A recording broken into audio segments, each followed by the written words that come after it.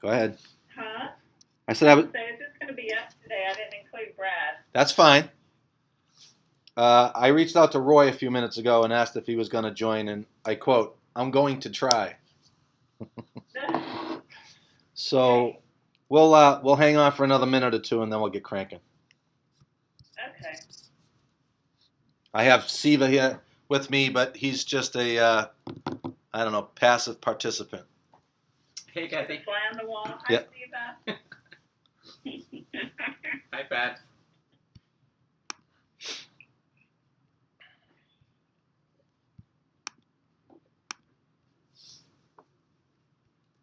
Oh, you guys ready for the holidays? That would be a no. No. No. Ask me on the 24th. Okay. Uh-huh.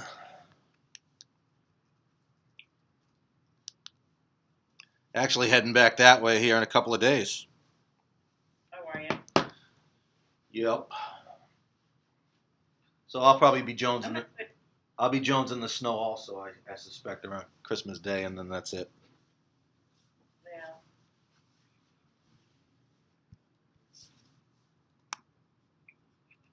I have to say, I was excited. I got a lot of my stuff done early, so I was like, wow, this is the first in a long time. Yeah. We did a bunch over the weekend. Does that count? We're getting closer. Yeah.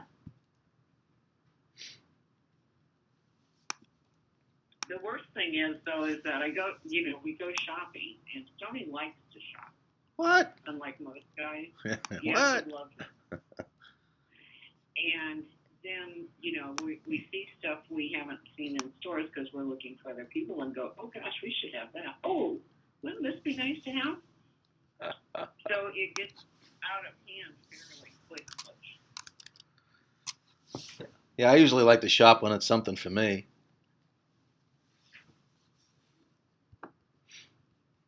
Oh, I've done that already. I told Pat, I said I went out and bought some Christmas presents for other people, and I bought them for myself, too. There you go. Yep. I just dinged Roy one more time. Let's see if he responds. I kind of knew up front that this was early, but I got a handle on the questions I got. I don't have a handle on the answers, but that's what you're for.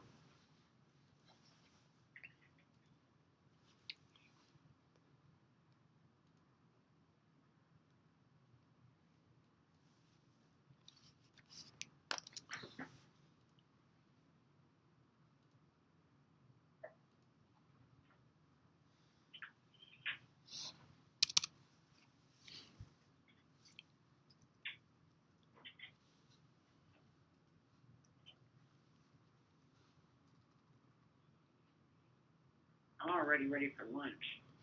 Me, too. Well, that's because it's close to lunch for you guys. We're having a little Christmas luncheon today at the Gamble Sands Golf Course. But that's not for hours yet. Yeah, we're doing ours Thursday. Dinner or lunch or what? Lunch. Cool. Well, there's so many people here, and the golf course or clubhouse is relatively small, so we're quote unquote we're partying in shifts today. Let's see how that works, because I'm on the first shift, and I'll be damned if somebody's shoving me out the door. I was going to say, yeah, that's going to be kind of hard. Yeah. They probably have a bouncer or two up there, I suspect. That's Siva's job. Stand up. Stay All right. back. I say stay back. All right, well, if Roy joins, fine. If not, we can go. Kathy, I came in this morning and jotted down some questions to ask today. And, oh, hello. Wow. Does the lava lamp work? Lava lamp. Have you plugged in the lava lamp? Oh, yeah, it works. My daughter loves it. She does? Yeah. That's great. Yeah. That's great. She loves it. And you need more magazines. Magazines, From the 70s. it was great in the sense I like to see how people used to dress, the ads. wife and kids not so much. I like the old magazines, especially the Life Yeah. and the Disney. Yeah, I like that one too. So, okay, good deal. So if you find a bunch more in your inbox, then you'll know where they came from. Life magazines from the 70s. Thank All you. right. Sorry, I didn't have the heart to tell him we were on a conference call.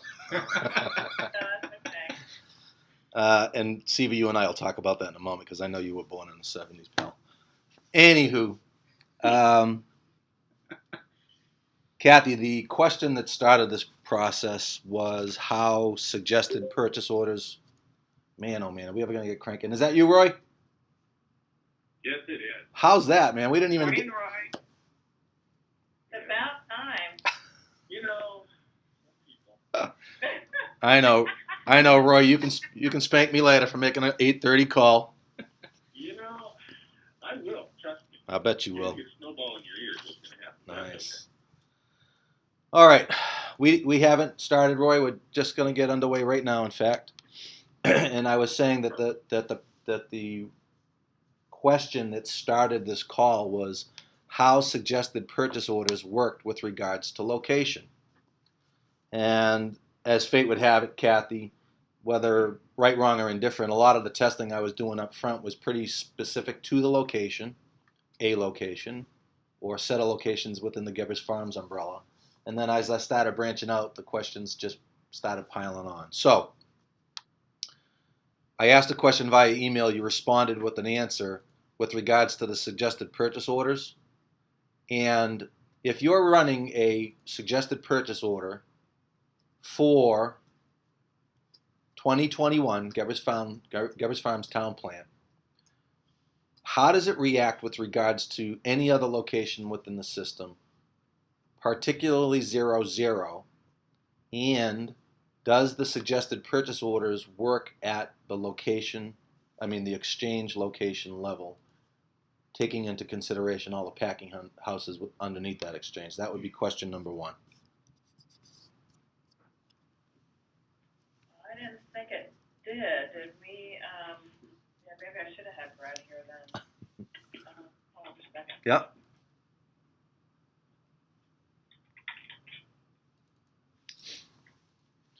And there's a half a dozen questions kind of all relating to location and how it reacts to and or with the exchange location, the 00 location, and so forth.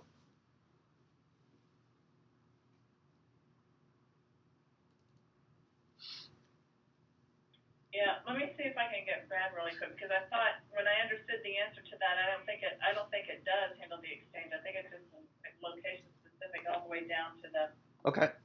warehouse. Why? Let me double check. Hold on just a second. Yep. Shoot, if I do this wrong, I'll just go back in. Hold on. All right.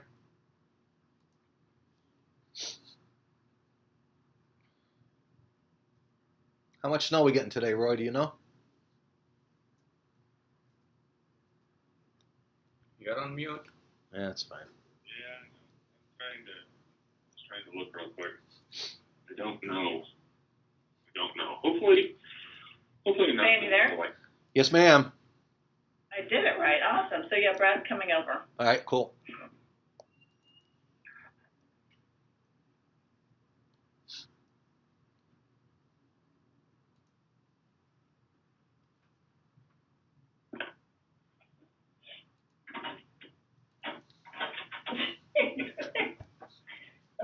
Okay. So we got Stan and Pat and Roy and Steve on the phone. All right. I got it. Hi, Brad. Hey, Brad. And Stan's question was, remember, the email that he sent about the, he's working with location 2021, Right. 00.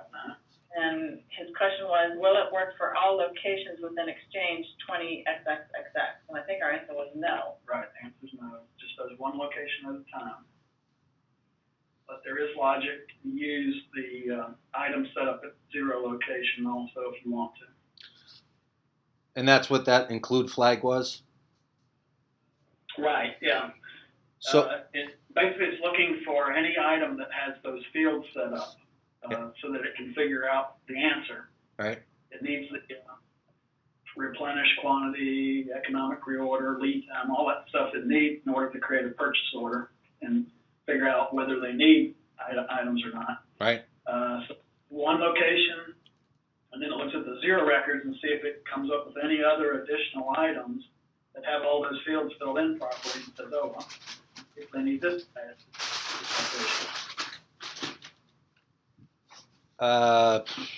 So that if any and all zero record, corporate records, let's call them corporate records, if you're running a purchase order, a suggested PO analysis for 2021, and you say include 00, then it's going to break out all of the corporate records that are in need of supplies, replenishment. yeah, no, if they're set up with those fields, Right. and if there's not a duplicate in the Oh. location that you asked for. Okay, perfect.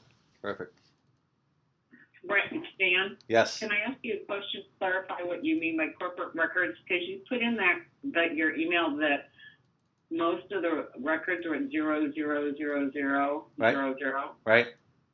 And are you saying that they purchase them at that location? Not at the materials level, Pat. I'm still trying to solidify how, because right now there's essentially no record set up in the master files at all. Still working on the spreadsheets. Mhm. Still working on the spreadsheets and identifying what the materials are. Trying to figure out what the best way is to go about setting up materials and/or bill of materials. I would hope that we would have a bill of materials essentially set up at the corporate level, meaning that all finished goods can be produced by any company, Gebbers, CFC, Gold Digger, in the same way. That would be in a perfect world. The materials, by definition, have to be set up ultimately have to be set up at the production facility and/or storage facility for anything to work, and I understand that. So, bill of materials, preferably at 00, corporate, and then the actual materials. Even though we may have a materials master with all records at corporate location, ultimately all records are going to be duplicated in some fashion at every production facility. Because they're an inventory location. Correct. Okay. And right now they don't have purchasing set up or contracts set up or anything at the corporate location. So all purchasing is handled individually by CFC, Gebbers, Gold Digger, etc. Which brings up a separate set of questions, but we'll get there. So I understand thoroughly the whole suggested purchase order process. I don't know whether it would make sense for us to go after suggested POs at the exchange level with the program enhancement. I'll consider that, but nothing that we need to worry about right now. I'm not even sure how that would work or if it would work, but understand how it works today.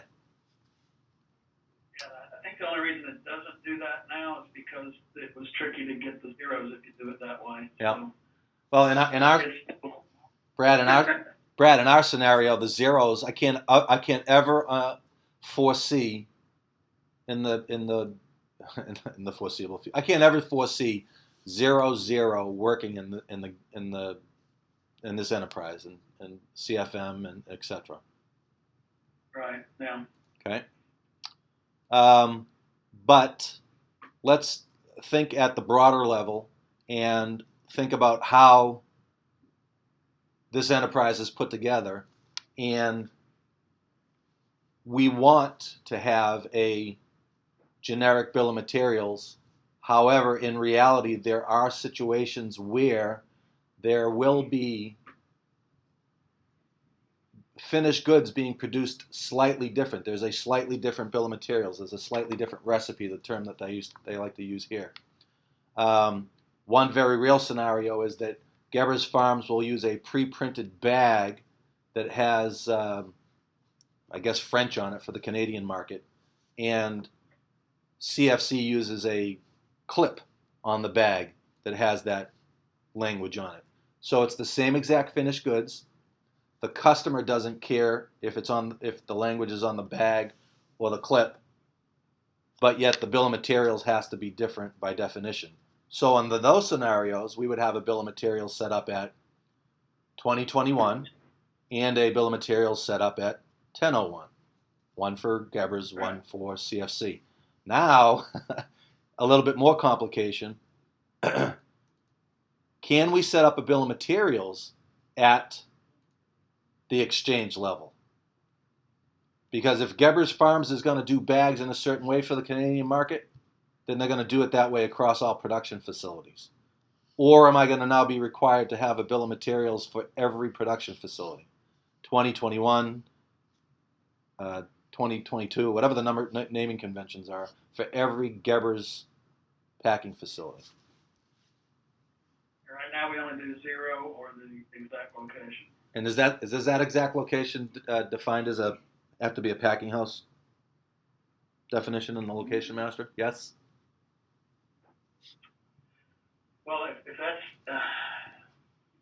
I think it would be a packing house, but it doesn't have to be. Okay. It's just, we're looking for we don't build in the hierarchy, we're Right. looking for In the. the subroutine, it's saying use the location. Okay. Pass the program and the size, and then it, blanks those fields out alternatively to try 4 different times of combinations of using those fields and not using those fields. Okay.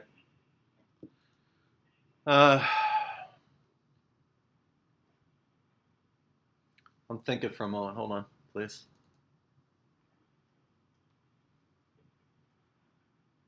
All right, I'll run with that for now. That's fine. Moving on, another issue, question. The costs for a particular material, in fact, differ by entity, by Gebbers Farms versus CFC versus Gold Digger. They may differ by packing house, but I'm not sure. But I know for a fact they differ by exchange. Right now, I don't see a way to create a different materials cost unless I have a material set up at that specific location. Would you agree with that statement?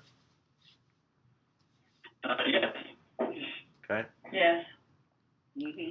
We do have the ability to have varying costs by effective date, but that's within a materials record, either associated with the corporate location or a individual location. Correct. Okay. And those are only the last, whatever cost you put in there, but you can have a purchase order of any cost when you actually buy it. Right. Agreed. But within for you, that's the cost it'll pull in. Right.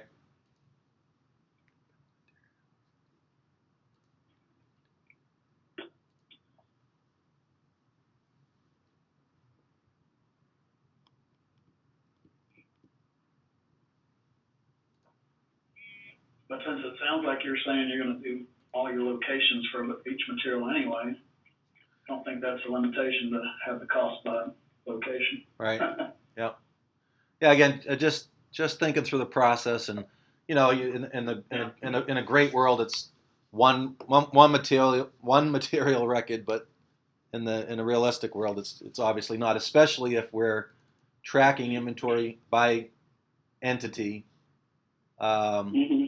And one of the scenarios that I'm thinking through, or that the system right now really doesn't handle, is that if this entity, Gebbers Farms, has materials stored at one of the plants up on the river, up in the Met Howe, and that storage facility facilitates all of their production facilities, when I'm running a suggested purchase order, that inventory up at the Met Howe is really not factored in to the current algorithms at all. Because it's a different location. Yeah. Yep. Mm-hmm. So I'm thinking, do we need enhancements to the system? I'm not sure at this point. Yeah. But that one right there is a very real possibility. Right. They only have limited storage here at the production facility. So they bring down what they need for the run for today, tomorrow, if they're lucky. And a lot of the other stuff is either at their specific locations up on the Met How, or in this scenario at a at the vendor's site, which we could create another location for. I know they track inventory at Northwest Wholesale right now on spreadsheets. That could easily be another location within the Gebbers Farm Exchange umbrella, but yet it doesn't factor into the algorithms for suggested POs and etc. So, thinking through that. Can you cut a purchase order for a given location and receive it at a different location? No. Not unless you change the purchase order's location. Right, you can change it and then receive it. Yeah. Because again, the scenario here would be you could potentially have a materials manager generating purchase orders for the exchange, and then having it shipped to the individual storage location and received at that location. If he knew ahead of time where it's going to be received, he could set it up that way. Right.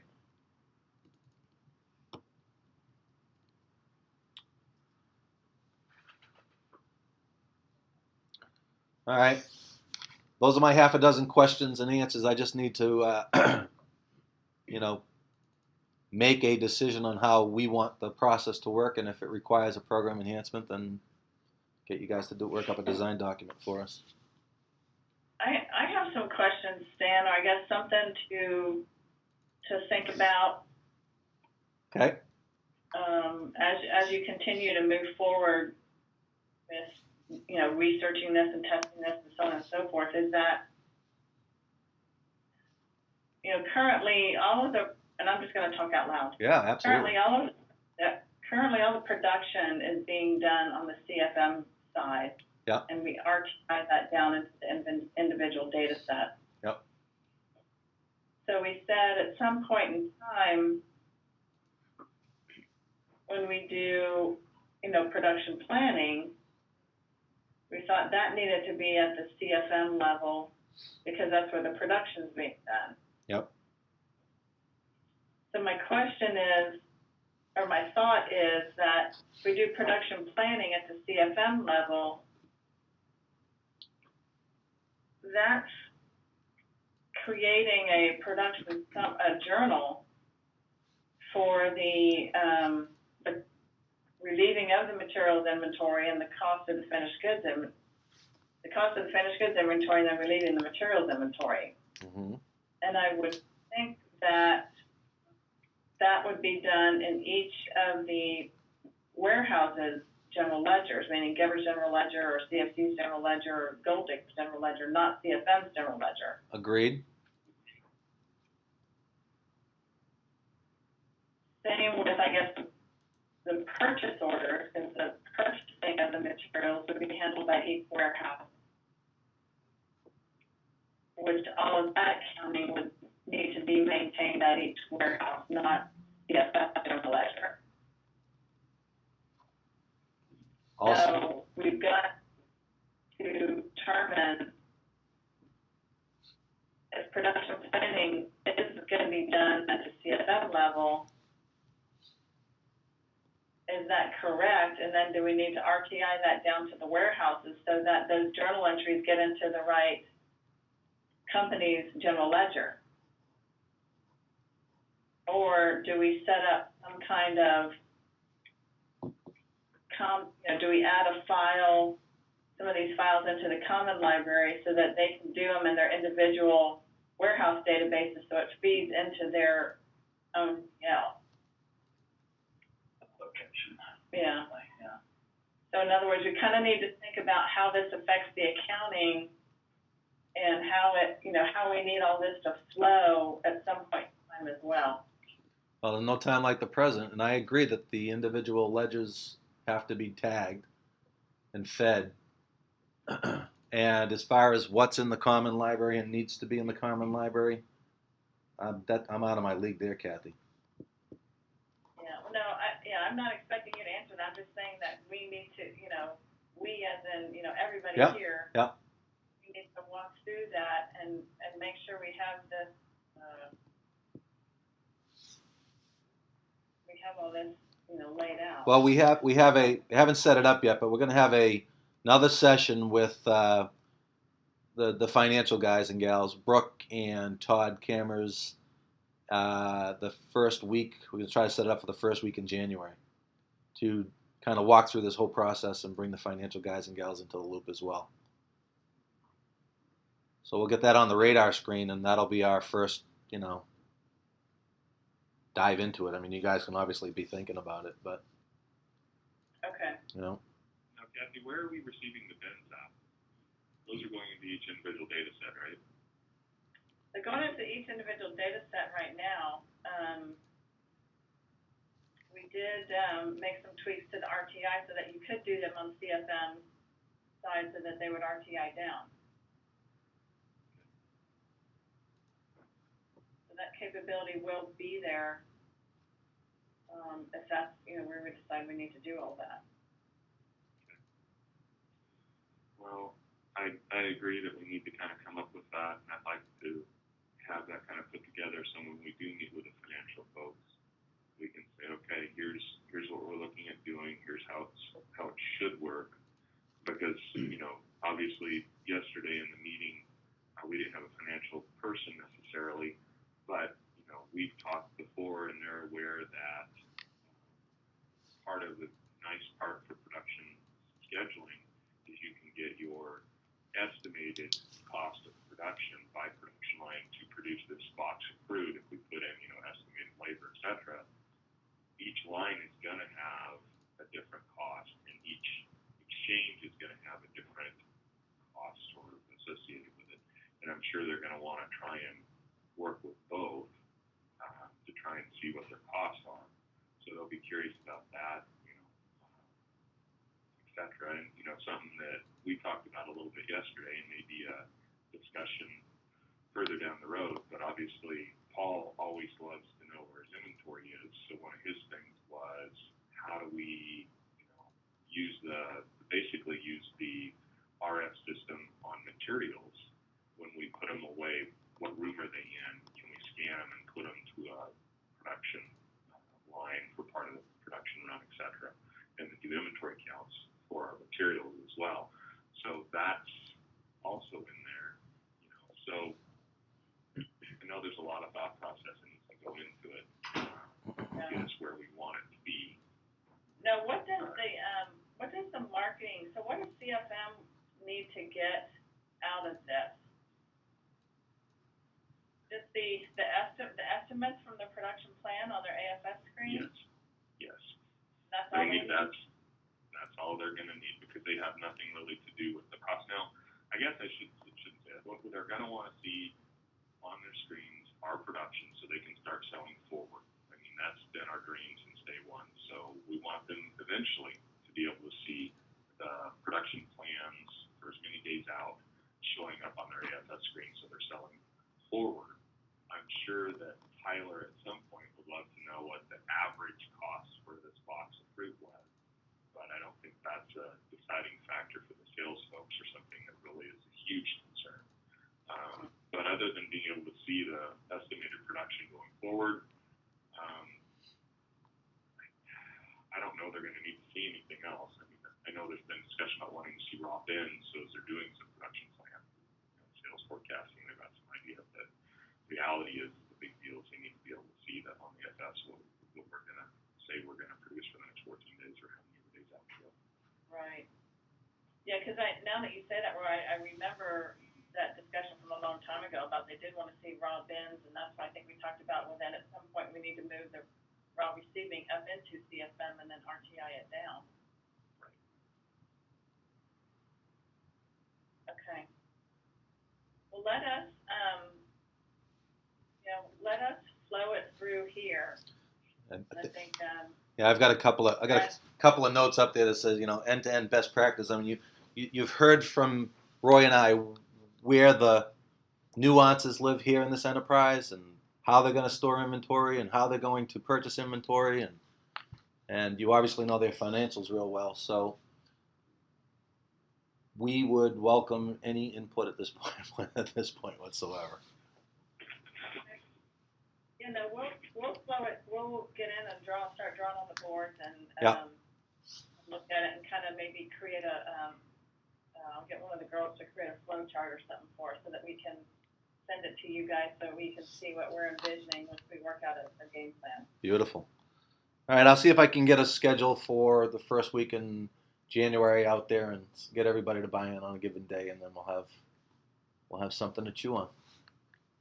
Okay, Cool. I'm all set, Roy. You Good. right. all set? Yeah, I All right. think with what we've thrown at him, that should be Good. enough to keep him busy for a while. All right. Thanks, Pat. Thanks, Kathy. Thanks, Brad. All right, thanks you guys. Talk to you guys in a little bit. All right. You Later. too. Bye. All right, Merry bye-bye. Christmas, guys. All right, Bye-bye. Merry Christmas. Bye. Yuck. Yuck.